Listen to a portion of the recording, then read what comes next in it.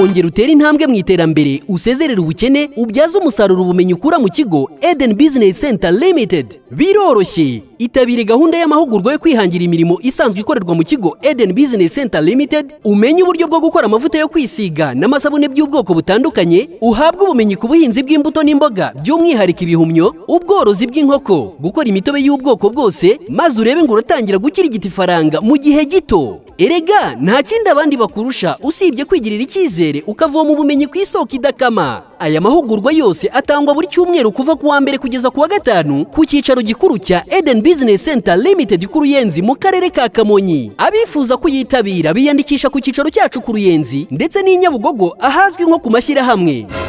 Cya kinyobwa Gubwa Neza gitegurwa hifashishijwe ubuhanga bugezweho, kikagira amoko abiri arimo na Gubwa Neza Special, gikomeje kubageraho mu macupa y'ikirahure ashimangira umwimerere n'ubuziranenge gikoranywe. Irinda abashaka kuguhangika, ugenzure neza ko icupa baguhaye rifite akarango k'ubuziranenge gafashe ku mufuniko. Urashaka kwigurira cyangwa kurangura amavuta n'amasabune by'ubwoko butandukanye ndetse n'ikinyobwa Gubwa Neza bikorwa na Eden Business Center Limited, tugane ku cyicaro gikuru ku Ruyenzi ndetse na Nyabugogo ku mashyirahamwe hamwe, cyangwa ahandi hose wasanga ibicuruzwa bya Eden Business Center Limited nk'Inyanza, Gasarenda ndetse na Kicukiro. Ukeneye ibindi bisobanuro hamagara kuri 0786 20 06 90. Nanjye ndashaka Gubwa Neza.